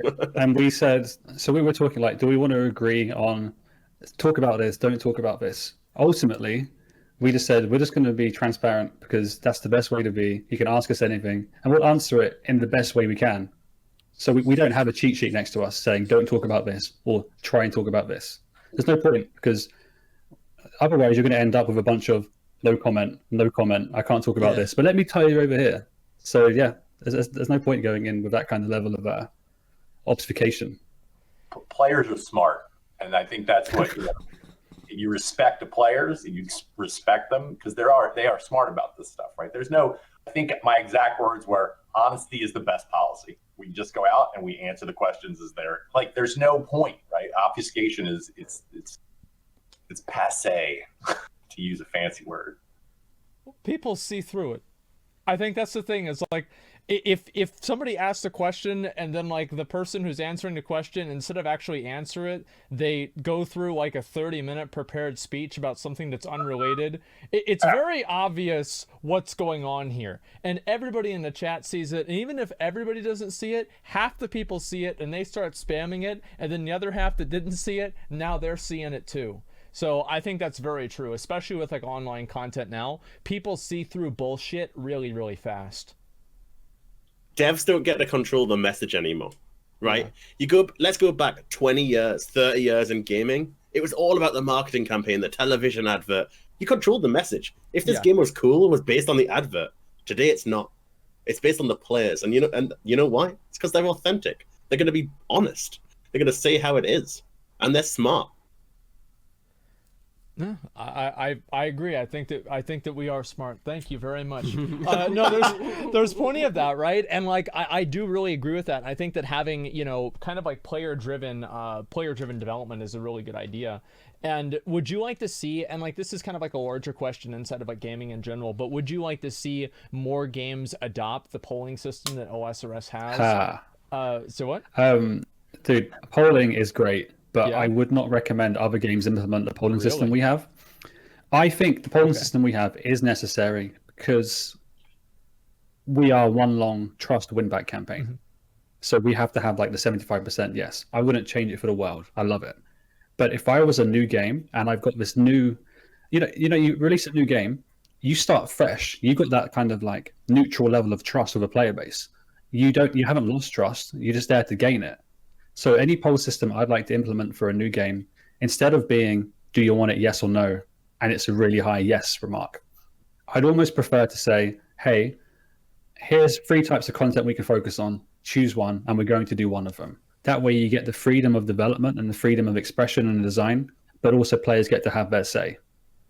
We do the poll system because we burned a lot of players in the past, and we want to prove to them what we're doing the right thing from now on. The way I look at it is, again, years and years ago, right? I worked for a company that made this game called Dark Age Camelot. We had this team lead program, right? And it was like people who represented each class, and they had a number of players from different servers, and we had this constant feedback loop, and that made for a better game, right? RVR was a big deal. So that would be part of mine. Like if I was making a whole new game from scratch, I would definitely have that kind of interaction. I think polling is important to old school, but I agree. I think that you got to find that balance. You need the players to interact because ultimately they're playing the game every day. I don't want to say they know more than the devs, but they're playing at a pace that you couldn't match right? Because you're working on it. And So, those people that are usually playing all the time aren't working at all. Well, Trust me. I was one of them. Yeah. That's always something that we talk about as well too, with different things and how they're beta tested, how they're actually implemented with things. It's one of those things where we've gone back and forth where it's like, just test it, just make sure it works. But then at the same time, I always use Magic the Gathering as an example. You look at a game like that, there are so many different combinations, and they're very obvious because they exist in the actual physical world. You can test until you're blue in the face, but ultimately when you put it out, and then you have the hive mind, the internet, everybody sharing that information, people are able to come up with these ridiculous things that you weren't able to foresee, and it breaks the entire game and breaks the entire meta. Do you guys feel like that is a tricky thing to balance as game designers in the current age where everybody is sharing all of the information at light speed? But it's really helpful too. So early this year, we changed the death mechanics. So when you die in old school RuneScape, we changed what happens. We implemented like a new NPC called Death, and you go to his office, and that's where you get your item reclamation. Before that, it just fell to the floor for an hour. We wanted to change it and make it riskier, make it more costly, because old school is in some form a bit of a hardcore MMO. So the person have been spamming in your chat, or the players have been spamming in your chat, Wooks. He is a legend. He is a genius. The day one of releasing the death mechanics, he went around with his massive list of bugs that he knew would work. He knew how to break our game, and we're watching his stream and fixing it instantly afterward. So our testers are awesome. They do an amazing job. But sometimes we need really smart players to go and break the game in ways that only players can. Yeah, we have one of We those. do a lot of testing. Yeah. Yeah, I think that's really cool, honestly, that you guys look at it that way. We have one of those guys in our community named Rex Troy, and like every single time that Blizzard adds anything new into the game, this dude immediately fucking breaks it. And he's like, yeah, well, this cool new thing you added, yeah, well, there's a frog that you could use 6 years ago, and if you hit it with a frog and you hit somebody with it, it kills them in one hit. So, Blizzard, get back to work. You're not done yet. And so I love that. I love that. Yeah, exactly. Me too. I mean, and why not this person? He's probably doing it on stream or making a YouTube video, getting a bit of notoriety, getting a bit of fame for it. They have like benevolent intentions. I'd rather that person be doing it and bring it into the forefront right at the start than, maybe someone with malicious intent. He wants to abuse the bugs, that kind of stuff, and not telling us about it. So, we can take a joke. A lot of it was, Jagex, you're so shit. Why have you released this? It's broken. Yeah. But I'd much rather they say it to us publicly and keep it hidden for months on end and abuse it and abuse it and abuse it. Tell us it's shit, tell us we're shit, and then let us know we need to fix it. Is it hard not to have like an ego with stuff like that? Because I feel like a lot of times when you're working on different games, maybe somebody's going to call them like a limp dick or say that they don't play the game or say something like that. And then I feel like it's very hard to ever get back to a place of good faith and like work together because I don't know, like limp dick, you don't play the game, what the heck, like stuff like that I don't know, somebody might, I'm just hypothetical. I think maybe there would be players who would say something like that. I'm not 100% sure. Is it hard to take that and be like, okay, yeah, haha, like we're part of the community and then move forward? Look, I'll be brutally honest, right? You get nasty messages, and it's a minority, but being a games dev who's so publicly known, it's hard, especially if you're in the testing team, right? As you say, they're the ones who get the blame, and we see death threats and awful stuff like that. It's just mad. The stuff that people will post, all because a bug gone live or a change happened that they didn't exactly like. It's horrible stuff. But you said it yourself, Rich. One QA team in-house, playing it for hours on end for even months, are not comparable to 50,000 people running at it in the first 10 minutes after launch. It's the amount of testing that instantly gets done is just a different level, and we can't replicate that. You can't replicate that in development. But you're talking about yesterday, right? Like, we had an entire team sitting there, we pressed the button on leagues, and then everyone was working to fix bugs, because you can't dump, like he said, dump 50,000 people in it in a second and then see what happens. And there's nothing you can do. You just got to work on it. Yeah, I can definitely see that. I mean, I think that's the same thing that's happened with a lot of changes, is that anybody who genuinely thinks that the dev team or like any testing team can fix stuff is fucking delusional. Like, you have one person or like maybe 50 people that keep retesting the same thing over and over. That's not gonna stand a chance against 100,000 people trying it deliberately to mess it up with all of the knowledge and everything like that. And this is actually a question that I was kind of wondering about, is because old school RuneScape has been around for so long. The game has been around for so long, since 2007, right? You gave that number. Back then, people didn't really share information the same way that they do now. And now, like, you have entire channels and YouTube channels and everything like that dedicated to helping people learn how to play a game and spreading information. Do you feel like that's kind of a challenge in terms of making content that's harder for people to just immediately figure out in like a few seconds, or is that not really a big deal? We work with them. I think. Sorry, Mike. I think our wiki is the best wiki in any game ever. Yeah, it is phenomenal. Oldschool.runescape.wiki. If you want to look at it, it was initially on fandom, like most wikis are, but the people who are running the wiki, like the volunteers, the people submitting to it, just got really pissed that fandom were spamming it with tons of ads. So we were working with them. We basically said, okay, wiki, I think I can say this. Here's the money to run the website, but you go nuts. This is all you. And now we get the chance to collaborate with them. So leagues, for example, we knew that as soon as the update hit at like 10:30 a.m., people could data mine and see all the content coming in. So half an hour before that, we just gave the information to them, and they built it into a really nice looking hub. You could look at tasks, you can look at relics. So by working with those types of players, you can use them to your advantage rather than disadvantage. Wow. Well, I was just going to say, when I first started playing, right, again, because I said I played years ago, and then when I came on board, I started to play again, obviously, because I got to play the game, right, because we're working on it. But I needed help. And it's got this vibe, right? The community in the game, very much like the communities I remember coming up playing MMOs. And then the community outside, Reddit, and then this wiki, right? That's just, hey, where do I find this? And go into the wiki, and then there's people having a discussion, and there's Reddit posts, and then there's people in the game that you can actually, and people are really chill. Like, that's the one thing I got off of it. The community is super cool, almost like it was kind of trapped in time, like the game itself. So I think the community is pretty solid. I do miss how the internet used to be, though. I'll be perfectly honest. Yeah. Like, before wiki and before all these detailed YouTube videos, you would talk to players in game and you'll say, hey, do you know how to do this? And they'll say, no, I don't. Do you want to go do this instead? And you're like, okay, cool. I'm not going to do what I set out to do. But now information is so accessible and it's so easy to get to. And it's great because we're all adults now and we want to use our time wisely. But I do miss, and we can't bring it back. The only way you can bring it back is by go back in time. Yeah. But I miss being a stupid 11-year-old who doesn't know shit about the game, and YouTube is just starting up and there's nothing on there, and even if there was, it's really hard to find it by searching for it. The only website guides are terrible. They're written by slightly less stupid 13-year-olds for some 11-year-olds like me. That's how the internet used to be. Yeah. I miss it in some ways, but now you need to embrace the fact that information sharing is so easy. People will tweet the next strat. People at the wiki will build a guide an hour after it's released. Expert players will be streaming it on Twitch the second it's released. Exactly right? that, yeah. It's right there, everyone's fingertips.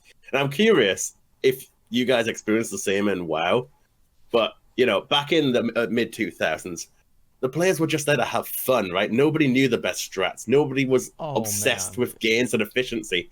And nowadays, the player base for both RuneScape and Old School is so much more efficiency driven. If it's a waste of time, they aren't doing it. Fun is off the agenda. Yeah, no, fun is for casuals. We're totally on the same page here. That's exactly what it is. Like, I totally agree with that. I remember back in like the old days, everybody had a friend who had an older brother who knew everything about the game, and that's who you would ask. That was basically your Google. And if that guy didn't know it, it probably didn't exist. Because yeah, I was doing the exact same things, trying to read information on these dog shit websites that were just dysfunctional. They didn't work half the time, and half the time that they did work, they had the wrong stuff on them anyway. And then half the time that they had the wrong stuff is because people put it on their there wrong on purpose just to mess with everybody else. So it was amazing. And so you would sit down and you would try to figure things out and learn them yourself. I feel like that's one of the coolest things about playing a brand new game. Like any brand new MMO release is always super fun, because especially if there's no like beta or anything like that that wasn't under NDA, you would just be able to go into the game and nobody knows what this does. Nobody knows what's in that house. Nobody knows what's on top of that mountain.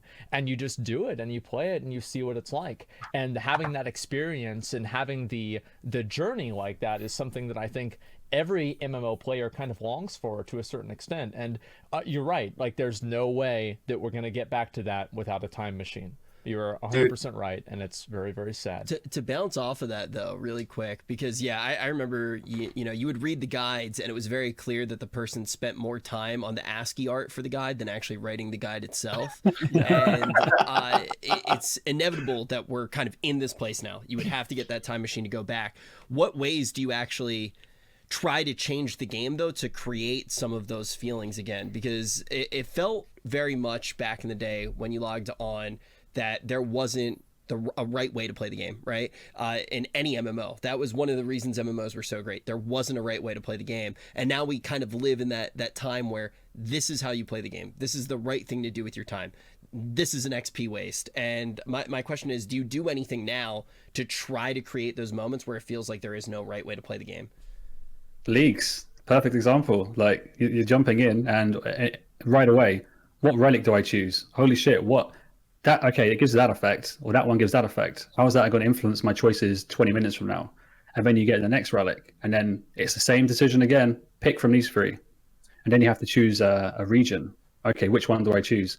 So it's stripping you back to the beginning, where you don't have access to all the optimal methods from day one. And the first league, Twisted League, I think you said you played, Rich, where this is set on a continent that we had released only a few years earlier, and not everybody had understood all of the content and all the mechanics that are there. So that was another example of taking players right back and taking them out of their comfort zone. And working on MMO, you can't do that regularly, put players out of their comfort zone. So these types of seasonal content is a really good way to do that. It's also a great way to surprise players. With the polling system, there aren't any surprises.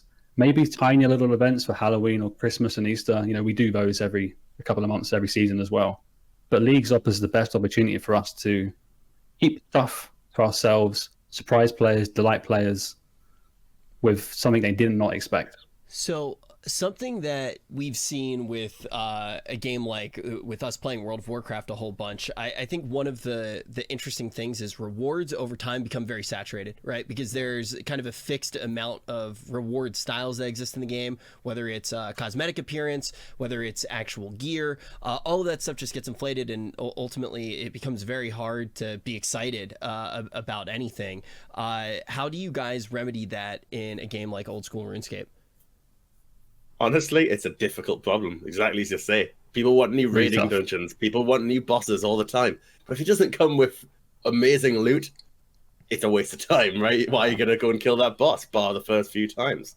So we try to focus on being clever. We try to come up with niches, special effects that equip can have. So it might be great at this one area of the game, this new sword or weapon or whatever it is, or this defensive armor has some special effect. And that's really where we've found a lot of our space so far. The other aspect is we often do it as attachments, so we don't undermine previous best gear. All of our gear is generally tradable, so it sells on the market. And obviously, if you release something that's better than it, it will just crash in value, right? Because everyone wants the new best thing. So often we'll drop an attachment that you combine with the previous piece, so that both of them still have value. And to get the best one, you've got to buy both of them, ultimately. So it's challenging, though, because eventually we'll fill the niches, and there's only so far you can go. How much better can gear be until it just, destroys everything in the game that already exists? How many of the chase things back in the day have remained chase items? Because I remember party hats, for example, it was just that one of those iconic things that you always thought, I always as a player thought of when I thought of RuneScape. How many of those items and those nostalgic pieces were able to maintain that moving forward? Quite a few, I think. So party hats in old school are worthless. That's because every Christmas we drop a shit ton of them. There aren't really any exclusive discontinued rares anymore. That was a design choice we made, and it's also something we polled players on. We polled them on it twice, and they've told us that they want it to remain accessible. No discontinued rare from 2004. You can't ever get it again. In terms of equipment, like Barrow's armor, I'm not sure if you're familiar with that, that's still pretty useful. Abyssal Whip, still very useful, and that's a really iconic item.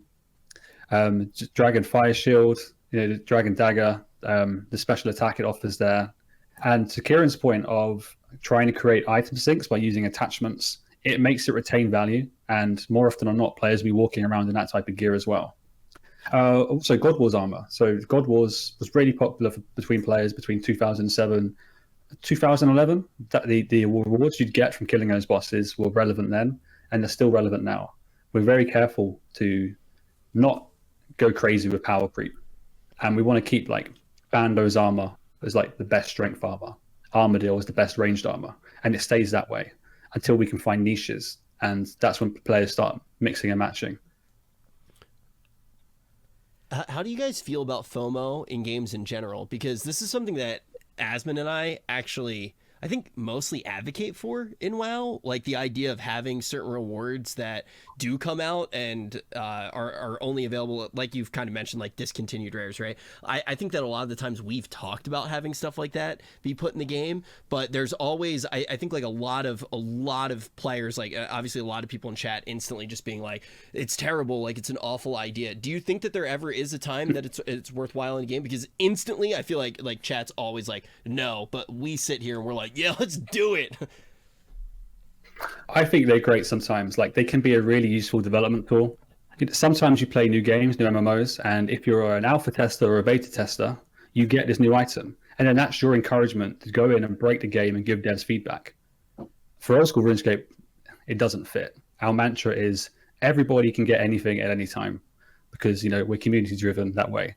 But I've spoken before, if I was to release a brand new game, I changed the polling system. If I was to release a brand new game, when it comes to the testing stages, I'd offer some rewards for taking part in those type of tests. I'd be happy to introduce discontinued items in a way that would benefit the development of the game. Yeah, I think that makes sense. I mean, like, I remember there are some cool things about WoW that are discontinued. That's definitely true, but I think it's also in the context of the game just like getting harder and harder and harder. And if you avoid the power creep issue, then there's no reason to have discontinued items. Because if you don't have massive power creep, then there's never going to be a time where you can just go back and get this super easy to get thing that used to be really hard, and it used to be like a status symbol. I think that's really the difference. And some stuff is not really readily accessible. Like the best gear in the game, you need 1 billion coins or more, 1 billion coins to get the entire set of it. So there's going to be that FOMO, but it just encourages you to play more, grind more, earn more, and then be able to buy them. Or, maybe you're an Iron Man and you can't buy that shit. You need to try and grind it yourself. Yeah. And to be honest, the value of these things means there's still a journey. I mean, even if you've got the levels to equip these things, not everybody has that gold. So the Abyssal Whip has its purpose because it's cheap. And you've got to accrue gold, and generally the best way to do that is doing bosses and getting more loot and selling that loot. Or being a streamer. Or being a streamer and just going and trading a few people. Yeah, I got a lot of gold the first time I played on stream. I'll never forget that. Yeah. Well, I would say on the fear of missing out topic, because I think it's vaguely related, but dailies, weekly limited things and stuff like that is something we don't touch again with old school. We don't want somebody each day to think, I've got to log on today because I need to do this one thing that I'm going to miss out on if I don't do it tomorrow, if I don't do it now. And the same for weeklies and that sort of thing. It is truly, you can play anytime you want and get anything you want. And that's something I think we should try and stick to. Yeah, I think that's something that's kind of unique, too, is like not actually having like gates besides raw time invested in the game. I can't think of many other games, especially on the MMO front, that don't have some sort of system that gates you, whether it's a resource, which tends to be really shitty anytime you have I'm not going to mention. You probably already know. There's a lot of them. But there's so many games now where I feel like that is one of the few people know exactly what I'm talking about. But yeah, there are so many different systems that I think are so commonplace now that actually gate players based off of just like this hard requirement. It's this resource, you get it this many minutes, you get one. There is going to be content that's gated over time. Is your balance always just going to be around like this takes this much time invested into the game? Essentially, yeah. And there are a few examples, and people are calling stuff out in chat as well. Like, one of our skills is farming. You plant stuff, it takes like maybe 10 hours real time to grow. So there's a handful of examples of things that are sort of in that fashion, but the vast majority of content is exactly as you say. It's balanced based on how much time you actually have to spend playing it to get anywhere. Well, dude, it's farming. You're literally farming. Wow. Yeah. Farming is a unique case. But it that works one kinda makes as farming sense. would. But what I do believe in is I don't want the player to log in because they feel like they are forced to, because it's efficient to do so. I want a player to log in because they want to play the damn game. Wow. Well, When you said that, I remembered that my resin's probably full right now. So, like, just that itch, right? Like the really unhealthy thing, and it's super nice when you do feel like you have a choice, right? And it's like, okay, I want to play the game right now. I want to do this right now, and it's all having the character be your account. I think allows for a lot of those things to happen as well, right? Because it's like, okay, right now I feel like watching a movie, so I am going to do one of those passive things, and I'm going to do one of the second screen things. Or right now I want to go all in on the game, and I'm going to finish this quest. I think that is something that is really unique. yeah. I mean, And it's also tough. Oh. It's tough because players have choice, which means that onboarding experience and everything we've already touched on as well. Like, it's hard because how do you determine a goal when you don't know what a logical goal is? That's hard, and this problem we've got to try and solve. I think it's like teaching the player to an extent too, right? I mean, I think that's like one struggle that like games have is that whenever you have an MMO and then you get to the end game very quickly, like in classic World of Warcraft, for example, it would take you 60 levels to get to the end game. So by the time that you got to the end game, you knew what you wanted to do because you spent 60 levels preparing for it. But if you hit the end game in like a few days or a few weeks, maybe even, you don't really get that understanding of like, okay, this is what I want to do, this is what I want to go after, etc. And then also you have the players that kind of talk about, and I'm sure like this happens with OSRS a lot, whenever there's like the new, I remember whenever the Inferno Cape thing came out, and I watched that was the biggest fucking deal. And so you heard about that and you would think, oh my god, this is what I want to do whenever I get max level, if you're like a serious player. So being taught those things by other players is I think what really kind of creates those goals, and having the player driven goals is in some ways more powerful than having just the players, or sorry, the game developers just tell you, oh, you have to do this 10,000 times or 50 times or whatever. What I love about the stuff like the Inferno, because obviously you get the unique cape, right? It animates on your back. It looks awesome. Yeah. But you don't know about it until you see it and give me like, holy shit, what is that cape? Where can I get it? And that might be that moment that just inspires you to set a goal. And to have something like that, it's awesome. And it's truly this end game challenge. It's something you've really got to work towards all the way through your account. You're probably talking max combat stats, the best equipment and things like that before you even stand a chance. And then there's the skill cap. And I think this is something that might be an interesting topic, to be honest.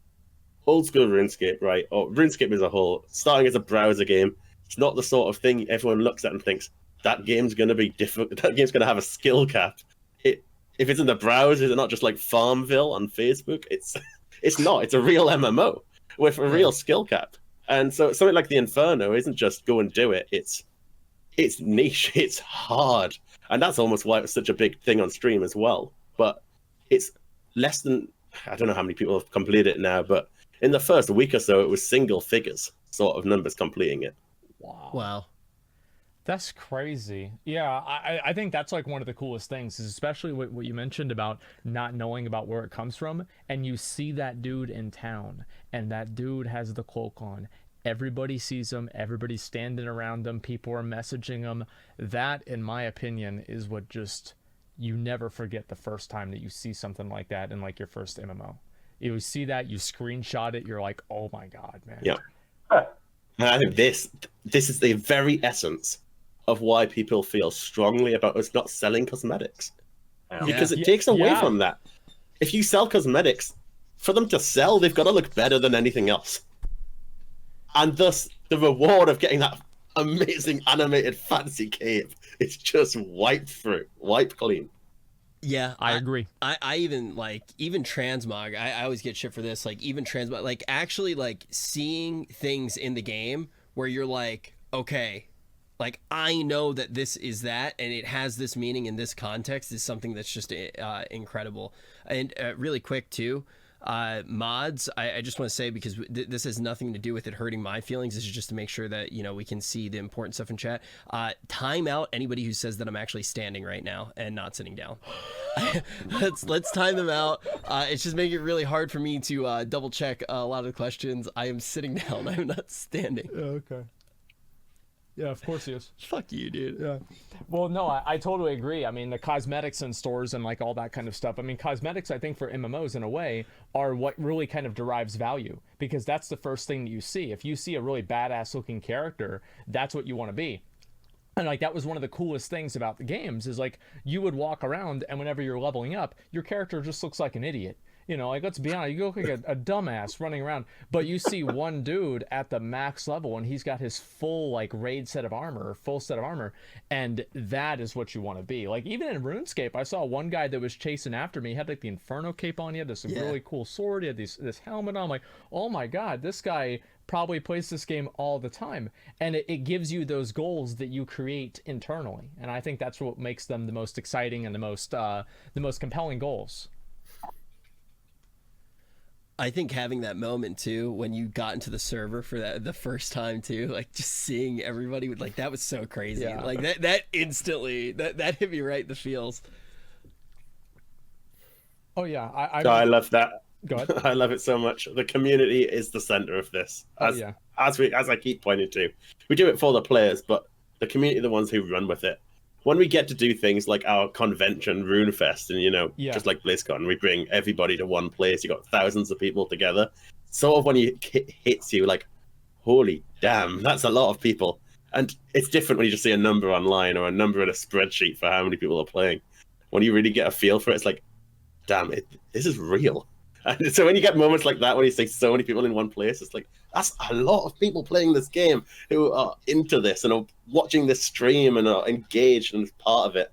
We see things like players help out new people, right?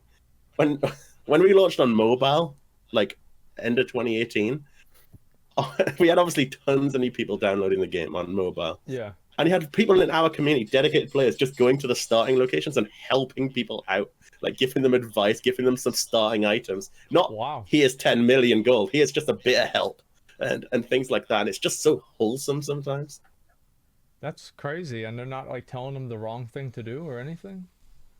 That's awesome. It's just your chat. Unlike a certain chat, yeah. Yeah, exactly. That is incredible. I have to ask, because obviously as somebody who's played, like a lot of these newer games, all the time people ask about OSRS HD, some sort of graphics overhaul. Do you think that's ever really going to happen? Because obviously you have to reconcile that with the idea of the original feel of the game. And so how do you feel about graphics and the dated nature of the graphics of the game? Is that more of a restriction, or is that something that adds more flavor?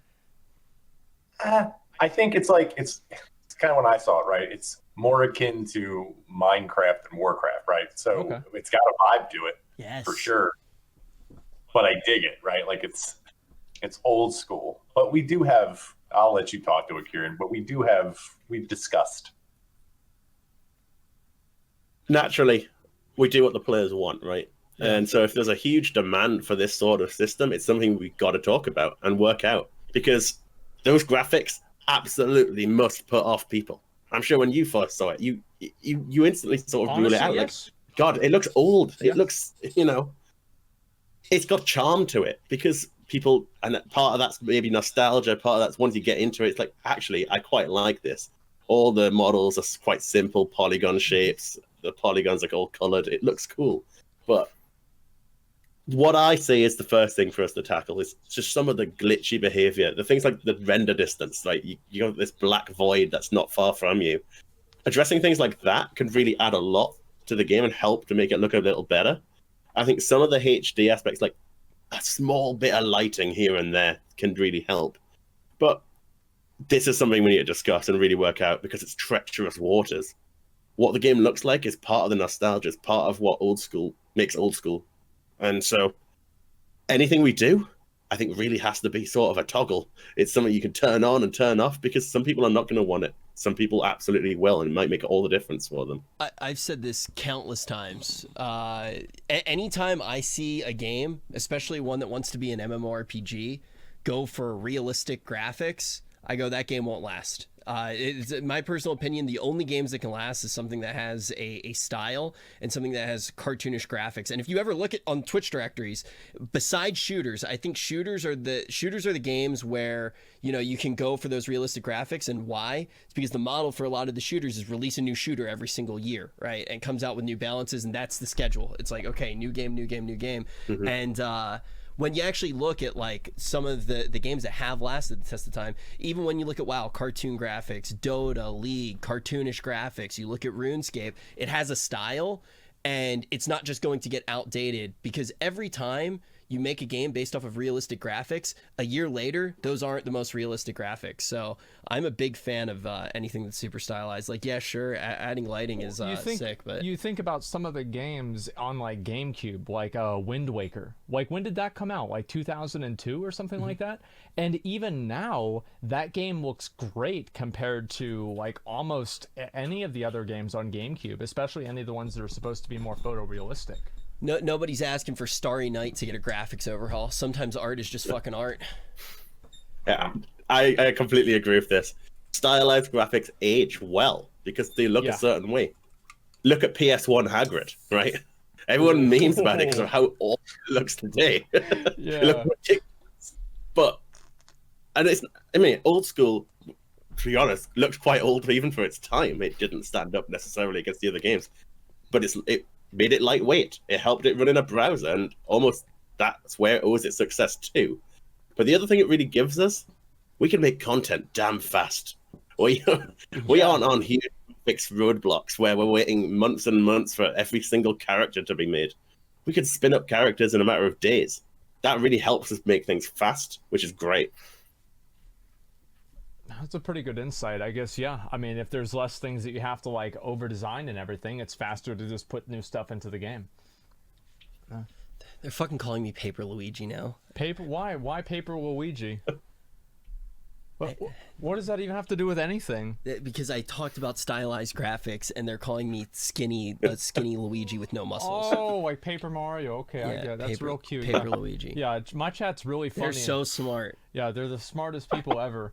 Yeah, I mean, I think that like just overall, it's really refreshing to have conversations with developers that have like this different perspective playing the game. And I think probably the most interesting thing for me is that, especially compared to a lot of other like large development houses, it's good to just sit with some other dudes that are sitting in their bedrooms with, you know, cool posters on the wall behind them talking about, yeah, this is a cool game. I like this. Yeah, that's cool.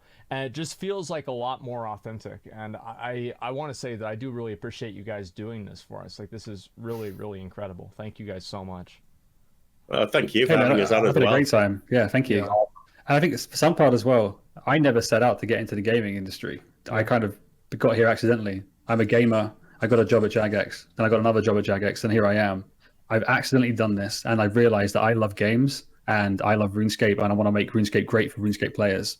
So that adds like another air of authenticity where I don't think we're just some bunch of like career-driven people just chasing games.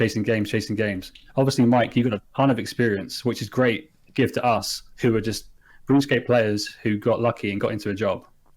Dude, I used to repo cars before I got the job in QA, working on Dark Age of Camelot, or customer service rather, working on Dark Age of Camelot. So I agree with you, right? I think there's a certain kind of career type, and then there's certain people who are just love playing games, right?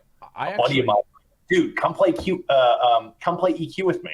So I was playing with him, man, and the first time I logged out, right, it was like camp, and I remember asking my buddy, I was like, wait, if I camp, does my character stay in the game? Can he get ganked? Will he die? Like, I remember having this crazy conversation about this, but then I was addicted to it. Like, I couldn't stop playing.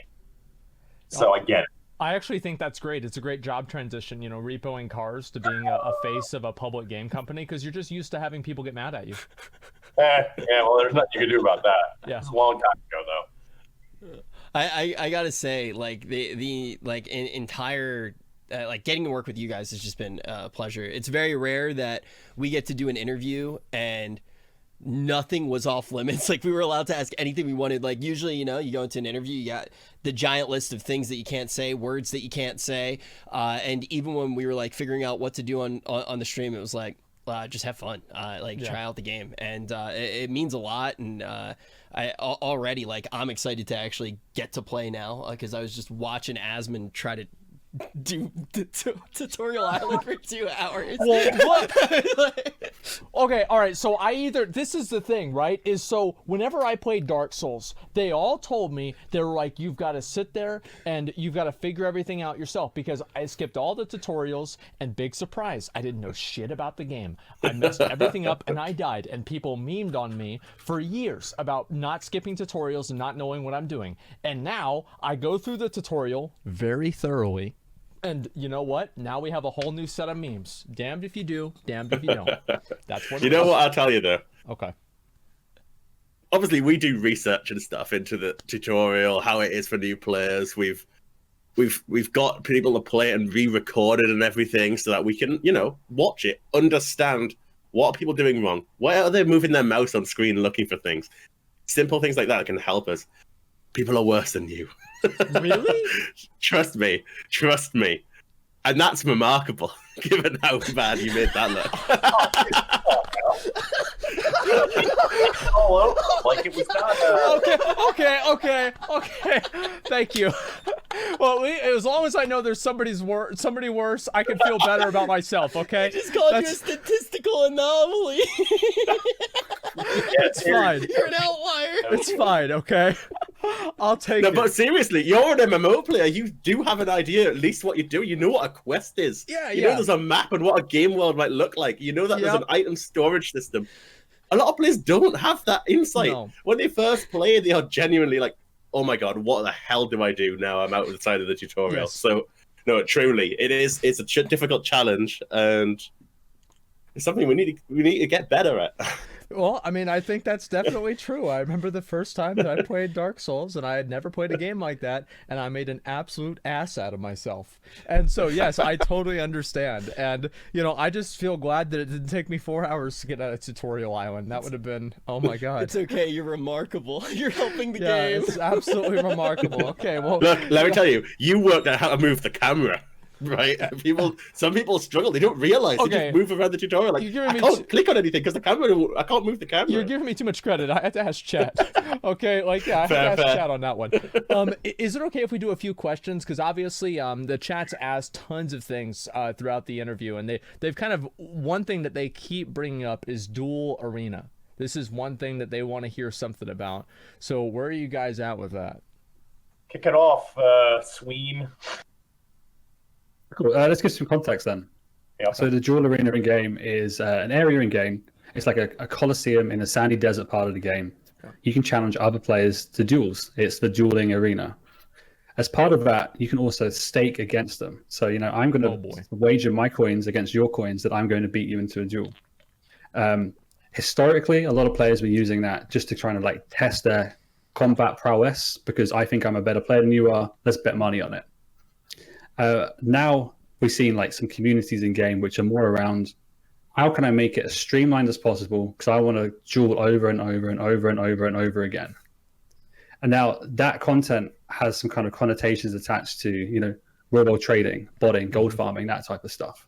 So what we're seeing at the moment is like quite a vocal message from the community, which is we want to see you kind of dismantle the arena or tackle types of content around the dueling arena to mitigate the really negative types of communities around it. And I guess our response to that is, yeah, we're totally open to it. We had on our roadmap, I know it's going to sound like bullshit, like, oh, we were going to do it anyway.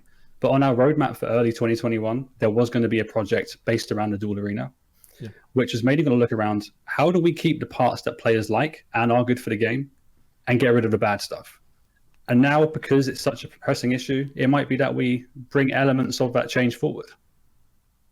And we've talked about everything from just blowing it up to, and again, we talked about this, right? Again, to your point, right? You're like, we want to be super transparent, so we will, right? We can cap staking. We can cap how often you stake. We can do all kinds of stuff, and we've discussed a lot of it, right? And to Sweeney's point, it is on our roadmap, and we can pull it forward. It's not, nothing's off the table, right? And it's all because of the players and how they're reacting. But to Kieran's point earlier, we have data, and there are a lot of players that use this without getting into the real world trading or all that stuff. So we got to figure out a way. Like the way I look at it, it's always like we have data. We're going to make some changes. We'll look at the data again, make sure that we're going the right direction. We'll make more changes, but I'd like to do it knowing what we're getting into, because it's easy. We can just blow it up tomorrow if we wanted to, but then that's going to impact like legitimate players, and I don't want to do that either. Yeah, I can see that. That definitely makes a lot of sense. It's always going to be a balance, I'll say for sure. And another question people had was about, I'm assuming the group Ironman, where you're pretty much going to be, I don't really fully understand what this is, but I can pretty much guess based off of what PoE is. It's basically where you queue in and you can trade between the different people in your group, but nobody else. Is that pretty much it? Yeah, that's it. So if they're asking about it, so we're quite open about this one. This isn't very much like a secret thing. We announced it at the last RuneFest we were at. It was going to be released this year, but we had to push it back. All kind of types of reasons. So obviously COVID happened, our development schedule was impacted. And rather than spending all of our dev time, like remaining dev time, which is less efficient than it was when we were in the studio, working on this one project, we thought, okay, what if we were to split the dev time up? We keep people working on the infrastructure to build it, but in the meantime, we release other types of content too. So that's what we decided to do. That's what we talked about openly in our leadership live streams and our monthly blog, the Gielenor Gazette. And we basically said, okay, it's moving from end of this year to probably, what do we say, like early next year, the first half of next year, that type of time frame. We can't wait for it. We think it's going to be amazing. I mean, we'd love to see like an OTK group Ironman. That would be nuts. Honestly, like I really like the idea of that. That's like one of the coolest things that I liked about PoE. That was badass. And straight up, if you guys do that, I would probably try and do that. That would be really fun. Yeah, that would be really, really cool. What do you think? Me and Tips can cast it. You and Mizkif can play. Finally, a tournament you can win. Okay, dude. All right, thank you, man. Really appreciate that. Do you have any other questions? I'm good, man. I am just like so jazzed. Like that was a lot of fun. It's really cool too to be able to talk about like. There's obviously some stuff when you have a game that's just lasted so long that are very difficult, and actually hearing people say like, yeah, it's tough, it like takes time, is really refreshing. So I just want to thank you guys for giving us the opportunity, and thank you guys for getting to talk to everybody in the community a little bit, and hope that we get to chat really soon, especially about maybe doing something with OTK. Yeah, this has been really refreshing. Thank you guys all so much. We really, really, really do appreciate it. I loved it. Had a great time. So awesome. Genuinely, thanks for having us on as well. Thank you so much. Yep, of course. And yeah, thank you guys very much. And for anybody else who wants to stick around, Rich and I are going to continue playing the game on the after show. So just stick around and hang out. But yeah, thank you guys all so much. We really appreciate it. And we did kind of enjoy the game. It was fun. I didn't really know what to think going into it, honestly, for the first time. You haven't even gotten to play yet. Like, that's the thing. Like, you're going to find out really soon. Like, because the thing was you had to figure out, like, the basics. We can actually do some shit now. I'm going to tell you guys, I'll be honest, I am going to enjoy playing this whenever I don't have 100 people following me. And I'm going to be able to just kind of see what's going on and really just enjoy it. I really do appreciate it because, again, like the first time that I ever played this game, I don't know if you guys heard the story. The first time I ever played the game, I was in 3rd grade. My friend came over to my house and he got on my mom's computer and he went to the website RuneScape.com. And I played the game and I thought to myself, this is the greatest game I've ever played in my whole life. And the next day, I never played it again. And you want to know why? Because I could not spell RuneScape. and I didn't I didn't want to ask, right? Because like, you know, I feel like an idiot. So you know, life basically, there was a fork in the road and I went down one way. And that's effectively Dude, what is that happened. because it's easier to type WOW? It's easier to remember. Do you guys want to Pretty hear much, yeah. something really embarrassing? I've never told this story before. I actually used to call Warcraft back before I could spell it just war for that exact reason. Like I that's actually a very relevant question. My story's a little bit more embarrassing than Asmon's. I've never shared it before. Go ahead. I remember very vividly one of the first nights I ever played RuneScape. There was a restaurant where I grew up called Friendly's. I think it might be a chain restaurant. Yeah, I had the strawberry shortcake ice cream, and I forget what I did, but my parents were very happy. They took me out for ice cream, and they also got me like a Lego basketball set, and my friends were telling me to play RuneScape that came out to dinner with us with my family. I forget what we were celebrating. When I got home, my stomach hurt a lot, and it was the first time in my life that I was ever constipated. And my parents were trying to explain to me what was going on. I thought that I was dying, and I went to the computer and I loaded up RuneScape, and I got so into the game, and I actually shit my pants the first time I ever played RuneScape. I've never told that story ever. The first time I played RuneScape, I actually shit my pants. And this is the moment you chose to share it? RuneScape It's not like the right time. I never planned on sharing the story. Guys, I can That's see the why. tagline for the game. It was worth it. Old school RuneScape makes you shit your pants. There it is. No, it was like I just didn't want to get up, and I thought that I was just immune to pooping at the time, and yeah, I loved it. It was worth it. Yep. You know what? I've got a story that's, to be honest, now it sounds relatively normal. Dude, But what are we people doing? in our game compete for getting the most XP in 24 hours in a particular skill, right? There's high scores for this. Yeah. So naturally, people play 24 hours. So somebody went for rank 1 in the smithing skill to get the most XP in that skill. Oh boy. Yeah. Now, before I go into the darker side of this, I'll tell you, they didn't even win. They got second place. They came rank 2. But they played for 24 hours, and they needed to save some minutes. So instead of popping to the toilet, they decided to urinate in bottles instead. Oh yeah, we have Mitch plays yeah, RuneScape? we have a friend that does that. Oh, that's just normal in the WoW community, is it? Yeah. I don't know if you expected us to be shocked by this, but yeah, we know something. Yeah, where do you think I learned how to shit my pants? Oh my god. Sometimes you just got to keep on playing. Yep, that's right. Yeah, some Kieran, of those... our guys in the devs are saying you told the wrong story. That rank 2 person did legit shit their pants. Oh, did they? Yeah. I just was afraid this was going to be some kind of self-deprecating story, Kieran, where you're going to It's self-defecating. self-deprecating. There you go. There are other stories, but I will not be sharing them No, on Probably a this good live idea. stream. absolutely not. Yeah. Okay. I know you want to too. I know you're itching, and I see this chat at work that's going bonkers. No. Yeah.